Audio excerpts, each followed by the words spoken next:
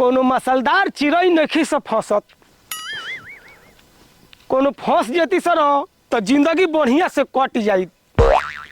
का करी हमारे एगो दोस्त बारह सके ससुर इतना वीआईपी फोटो देखावत रसन अपना लवर के कि देख के हमार मन ललच जाता।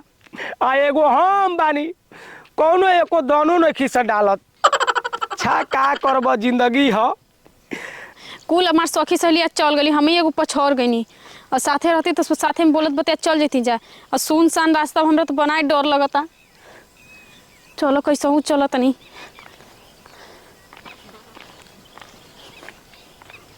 कि हम खींच लो को सब के सब आगे चल गई सन। कड़ी रुका हो। अरे ए भैया ई का करता रह? तहर ले तनी देखो के तहर रहन निक नहीं खिलगत। आई का बोलत रह तू? देखो चिंता मत करो, तारा का कुछ करब ना, खाली तोहार ले तनी। ए भैया तोहरों घरे माई बिटिया बहन तो सब कोई होइबे करिनु। हम तार बहिने समान न बनी। ओह तू कहवा पहुंचा देलू हमरा के। कितना बढ़िया से लेत रहनी हो, मजा आवत रहल, तू मैं मजा बिगाड़ देलू। जाए भैया कोनो बात ना, हमरा के लेट होता हम चतनी घरे। भाई जाने बहिने बन जे बुझा तो हम कहवा जाए। लेकिन कुछ भी कहो, कतनो लेत रहनी हन ओकर, लेकिन कुछ बोलल सिया ना, बड़ा बढ़िया आदमी बिया, बढ़िया से बोलसियो, उल्टा सीधा ना बोलसियो। हाँ तो उल्टा सीधा ना बोलू हन तो एना पर तो सिंगल लेनी हो। अगर फिर कबो भेट आइबो ना तो डबल लेब संगे, एक तब ये मजा आई। बड़ा चढ़ात रे, कमर मचकावत रे, डांड हिलावत रे, का बात? ए मेरा बड़ा मजा आइल। मजा आइल ह? हाँ उ का रे? जानत रे एगो लड़की जात रहली है त का भइल? ओकर खूब लेनी हो। खूब ले ले, का ले ले रे? हाँ का ले ले? घुमा के फिरा के चारी ओर से लेनी है, एकदम मजा आ गई। का ले ले? Photo photo? हाँ। सरा हम करी कि कुछ और ले ले? माने कुछ और ऐसे कुछ ना करे के, गलत बात बा। ओकरा घर वाला जान जिहस न त मार के तार गांड लाल कर दिहस। एक बात सुन लो। ए तो फोटोए न लेनी हो कि कुछ कहनी हो थोड़े? फोटो खातिर के बोली हो? आ बीचे रास्ता में तोरा बहिनी अकेले बेरे गिहस त कैसा लागी हो?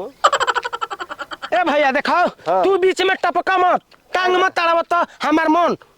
अच्छा ठीक बा, ई रहन रही ना त कहे लात जूता खा लेबो। हाँ तो हम न खाई। हाँ तो जा तू अपन काम करो। चले तो एरा पर आई न तो फिर बढ़िया से ले।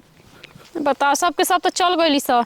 हमारा घर वाले तनको फिकिरे नहीं खे, सब साइकिल से आवाज जाता रही, लेकिन हम तो पैदल जाता नहीं है। पैदल जाने तो टाइम ना लगी, लेकिन हमरा के तो डर लगता पैदल चलत चलत फिर से काल्हि के भेटाए न जाए रास्ते में। का कही ओकरा बारे में, घरे बता दी कि ना बताई? चलो जौन हुई तो आज देखल जाई। ये मेरा मुर्गी भेटा जाई तो छील दे बढ़िया से कि उड़े लाक ना रही हन।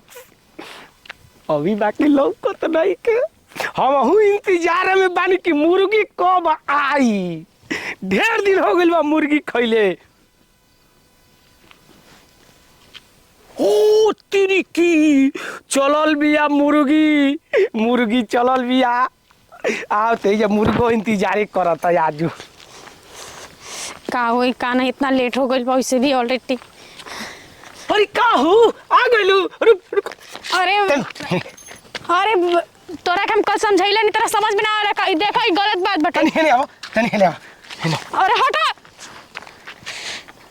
ए का बदतमीजी, तोरा के एक बार में समझ में ना आवेला का? एकदम लास्ट शर्म पूरा घोर के पीगल बड़ा। मुर्गी हौ तो मुर्गी लेखा रहन त मैं डायनासोर कबार दे बुड़ियो न पैबू, ठीक न? मतलब ना तू ऐसे ना मन, बस सीधा तरीके से समझाओ तो नहीं समझ में नहीं आवत। सुना हाय हाय मुहवा खोल दा, एक बेर खाली ले लेवे दा। देखो नीक नहीं खा करत। अब तहरा जाने में नीक नहीं करत, हम तो अपने जाने में नीक करत तानी। अच्छा ठीक बा, बस आज भर, लेकिन कल से बिल्कुल ना ना। ना कल से ना, खाली आज भर दे दा। अरे वाह रे मुर्गी हो के तो तहरा लेखा। आहा ठीक बा, हम जाते नहीं, हमारा लेट होता। ठीक बा बाय। जा फिर कल आइबू ना, जा जाए दे हो, लेकिन मजा आया कोई। बतावा जल्दी से हमार पढ़ाई खत्म हो जाए ना तो ये अइला गइला के झंझट छूट जात तो खाली हो जाती। हम सोचते बानी कि जल्दी से पढ़ाई हमार खत्म हो जाए और कहिया हम घरे रही अपना। आवल जाल खराब हो गइल बा एकदम, ऐसा ऐसा लोग बाड़न कुल।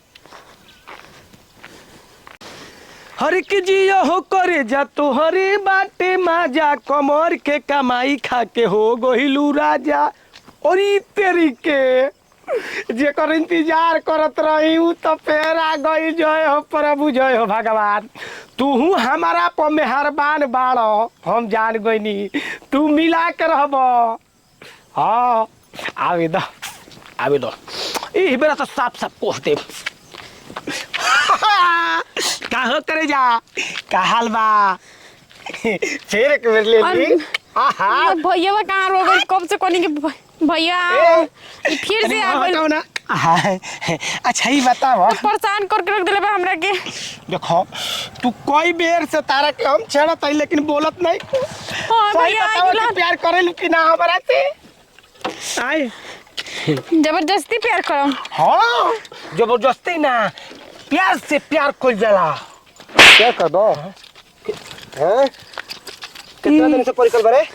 3 दिन से लगातार एकदम ए छेड़ मर्द रहा। भैया सबक सिखाओ ना सरबा, बोले रही ना रे। ए भैया ऐसा कुल काम, ए भैया गलती ना करे करे। ए भैया रुका हो, रुका हो सार। ए सुन यार बे, फोटो खींच दे फोटो खींच। अरे रुका हो मर्दवा, रुका हो भैया। अच्छा गलती हो गई सार, कहीं का माफी चाह गिरी करबे। अरे हम मोबाइल ले लेबे त हीरो हो गए बे। गलती हो गई ए भैया, हम ना जानी कितना मोबाइल नहीं सार, कहीं का मारे पसर जीव। ए गलती ए तोरे घर के आई। हां हमरे